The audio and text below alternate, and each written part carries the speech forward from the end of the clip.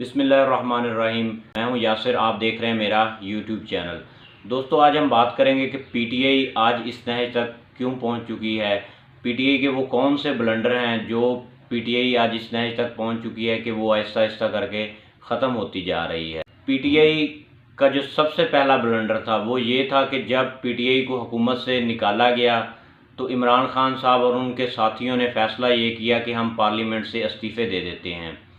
Parliament से जब उन्होंने इस्तीफ़े दे दिए और घर जाकर बैठ गए तो अपोजिशन ने इसका फ़ायदा उठाया। पहला फ़ायदा ये उठाया कि अपोजिशन ने वो इस्तीफ़े मंजूर ही नहीं किए, तो जिसकी वजह से उन पर ना तो दोबारा इलेक्शन हो सकते थे और ना ही उन इस्तीफ़ों की वजह से पीटीआई पार्लियामेंट से निकल सकती थी। तो पीडीएम की हुकूमत ने पीटीआई के साथ डबल गेम की। तो इसका पीटीआई को एक नुकसान ये भी हुआ कि पीटीआई आइनी और कानूनी तरीके से बिल्कुल ही साइड लाइन हो चुकी थी, क्योंकि जहाँ पर भी तकर्री होनी थी, तकर्रियाँ और तबादले होने थे, वहाँ पीटीआई कोई अपना फ़ैसला नहीं कर सकती थी। क्योंकि अगर इमरान खान साहब पार्लियामेंट में बैठते और अपोजिशन की सीट पर जा बैठते तो हर तकर्री में इमरान खान साहब के दस्तखत होने थे और फिर ही वो तकर्री होनी थी। आप देख लें कि जिस केस में इस वक्त इमरान खान साहब को फंसाया जा रहा है वो केस नैब का केस है, और नैब का जो इस वक्त चेयरमैन है वो राजा रियाज साहब और शहबाज शरीफ साहब ने बनाया है मिलके। तो आप देख लें कि अगर इमरान खान साहब होते तो ना ही वो चेयरमैन लगता और ना ही इमरान खान साहब पर मुश्किल वक्त होता। और भी कई तकर्रे और तबादले हैं जिनकी वजह से पीटीआई का उसमें कोई किरदार नहीं है। अपोजिशन लीडर इस वक्त राजा रियाज साहब हैं जो कि वो नून लीग के ही टिकट पर लड़ना चाहते हैं। तो आप अंदाज़ा लगा लें कि वो उनकी कितनी बात मानते होंगे। इमरान खान साहब अक्सर बात ये करते रहते हैं कि ये पीडीएम की हुकूमत धांधली करेगी, पीडीएम की हुकूमत धांधली करेगी। ये वो इस वजह से करते हैं क्योंकि उनको पता है कि हम अपोजिशन में नहीं बैठे। जब इन्होंने वफाकी हुकूमत की असम्बली डिज़ोल्व करनी है, अपनी हुकूमत पीडीएम ने जो वज़ीर-ए-आज़म साहब की असम्बली है नीचे वो डिज़ोल्व कर दी, तो उन्होंने अपोजिशन लीडर के साथ मिलकर फिर एक सेटअप हुकूमत को लाना है, सेटअप निगरान हुकूमत को लाना है। तो जिसकी वजह से वो अपनी मर्ज़ी की निगरान हुकूमत लाएंगे और वो इलेक्शन में फिर उनको धांधली करना आसान हो जाएगी। तो पीटीआई की एक ये भी बहुत बड़ी खामी है। उनकी बहुत सारी खामियां हैं, लेकिन असम्बली से निकलना उनकी ये एक बहुत बड़ी गलती थी, क्योंकि वो ना तो आइनी और कानूनी तरीके से जंग लड़ सकते, ना ही उनके हाथ में कुछ आया असम्बलियों से निकलने के बाद। दूसरा उनका सबसे बड़ा ब्लंडर ये था एस्टैब्लिशमेंट से लड़ाई लड़ना। इमरान खान साहब जब हुकूमत से निकले तो उन्होंने सबसे बड़ा जो ब्लंडर किया वो यही था, एस्टैब्लिशमेंट से वो लड़ाई कर बैठे। आपको सबको पता है कि पाकिस्तान में एस्टैब्लिशमेंट जो है वो बहुत मजबूत है और वही मुल्क को चलाती है। तो एस्टैब्लिशमेंट इतनी मजबूत हो और मुल्क को चलाती हो, उस एस्टैब्लिशमेंट से लड़ाई लड़ना एक बिल्कुल ही ब्लंडर किस्म का नतीजा निकला। क्योंकि अगर इमरान खान साहब 2023 में इलेक्शन होते हैं और वो हुकूमत में आ भी जाते हैं तो इसी एस्टैब्लिशमेंट के साथ उनको चलना पड़ेगा, क्योंकि इदारों के साथ ही मिलकर हुकूमत चलाई जा सकती है, वरना ये हुकूमत नहीं चल सकती अगर इदारों के साथ लड़ाई लड़ी जाए। आपको पता है कि जब इमरान खान साहब हुकूमत से निकले थे तो फ़ौज के साथ उनकी लड़ाई उसी वक्त शुरू हो गई थी, लेकिन ज़्यादा मसला तब बढ़ा जब उन पर वज़ीराबाद में अटैक किया गया।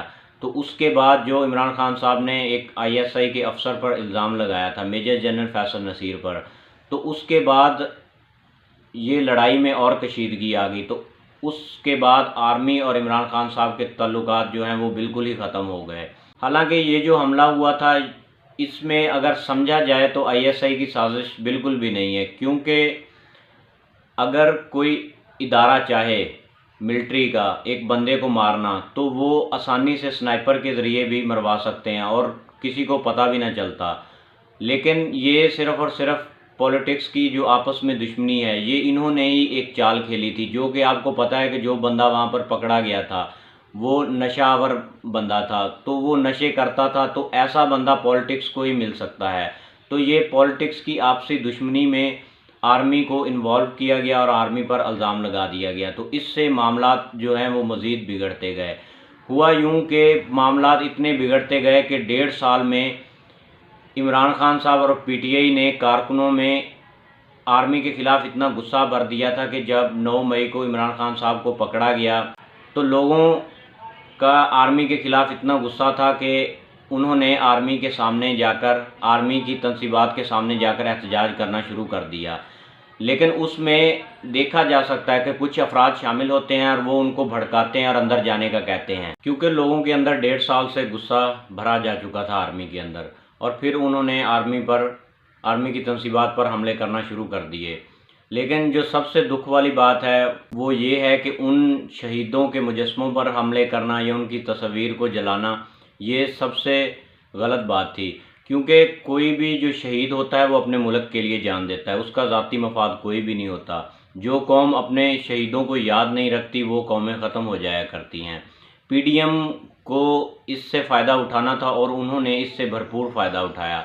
इसमें कोई शक नहीं है कि ये सारी जो साजिश रचाई गई थी ये राणा सनाउल्लाह और शहबाज शरीफ ने ही रचाई थी, क्योंकि यही इसके बेनिफिशरी हैं। और जो इमरान खान साहब के ऊपर वज़ीराबाद में हमला हुआ था, यही राणा सनाउल्लाह शहबाज शरीफ इसके बेनिफिशरी थे, तो जिसकी वजह से इन्होंने भरपूर फ़ायदा उठाया। और अब आप देख लें कि वही शहबाज शरीफ जिसने अपने 10 साल में पंजाब के दौरे हुकूमत में तकरीबन कुछ 2000 के करीब पुलिस मुकाबले करवाकर मासूम लोगों को मरवा दिया, अब वही वज़ीर-ए-आज़म बनकर उन शहदा के कब्रों पर जाकर हाज़िरियाँ दे रहा है और उनको उनके लवाहिकीन को बड़ा प्यार और मोहब्बत कर रहा है। ऐसा करना चाहिए, लेकिन ये बंदा बहुत सारी अपने दौरे हुकूमत में ज़्यादतियाँ भी कर चुका है। तो ये एस्टेब्लिशमेंट से लड़ाई लड़ना इमरान खान साहब का बहुत बड़ा ब्लंडर था, और उनको जो मशवरे देते रहे हैं वो उनके साथी ही हैं।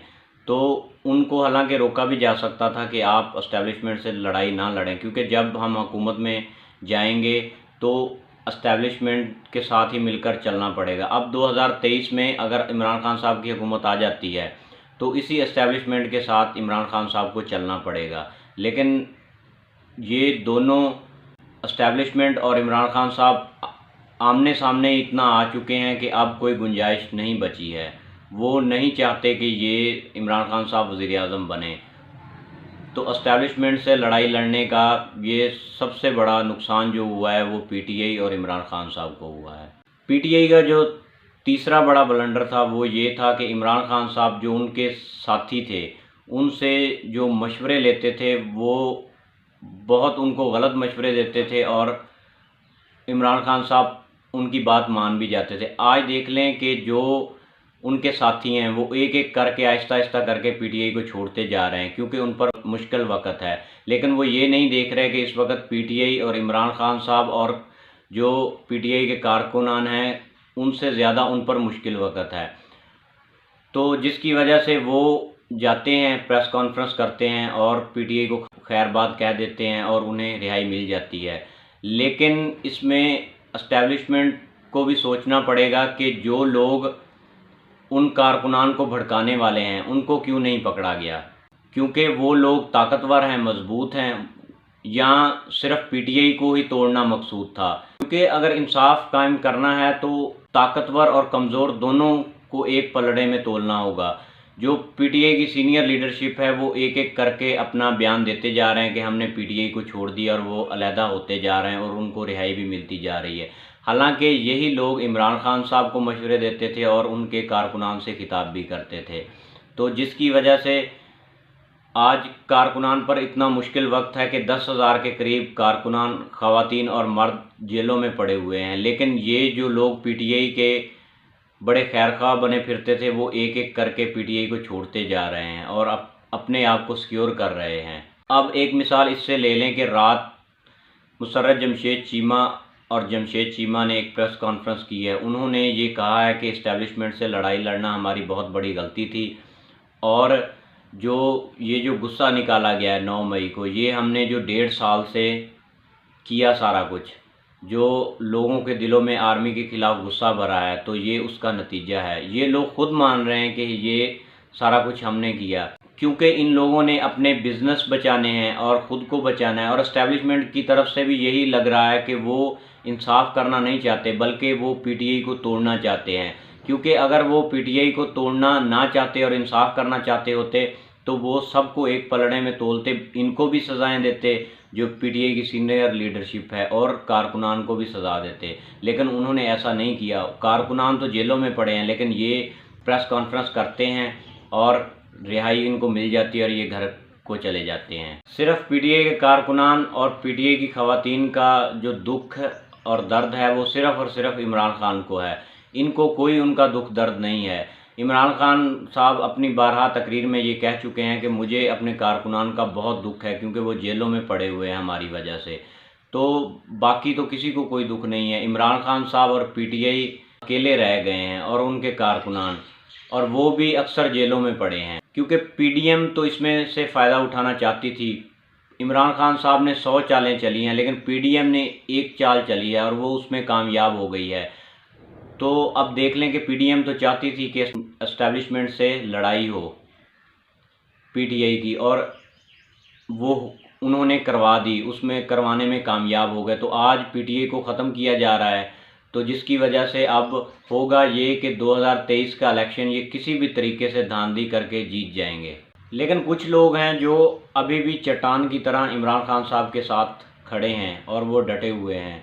यही वजह है कि पीटीआई अभी तक कायम है। लेकिन देखना ये होगा कि पीटीआई कब तक चल सकती है, क्योंकि एस्टेब्लिशमेंट से जो भी पाकिस्तान में लड़ाई मोल रहता है उसका हाल यही होता है। अपना बहुत सारा ख्याल रखिएगा। मेरे इस चैनल को सब्सक्राइब कर दें, मेरी वीडियो को शेयर कर दें, बेल आइकन को दबा दें ताकि हर आने वाली वीडियो आप तक पहुंचती रहे।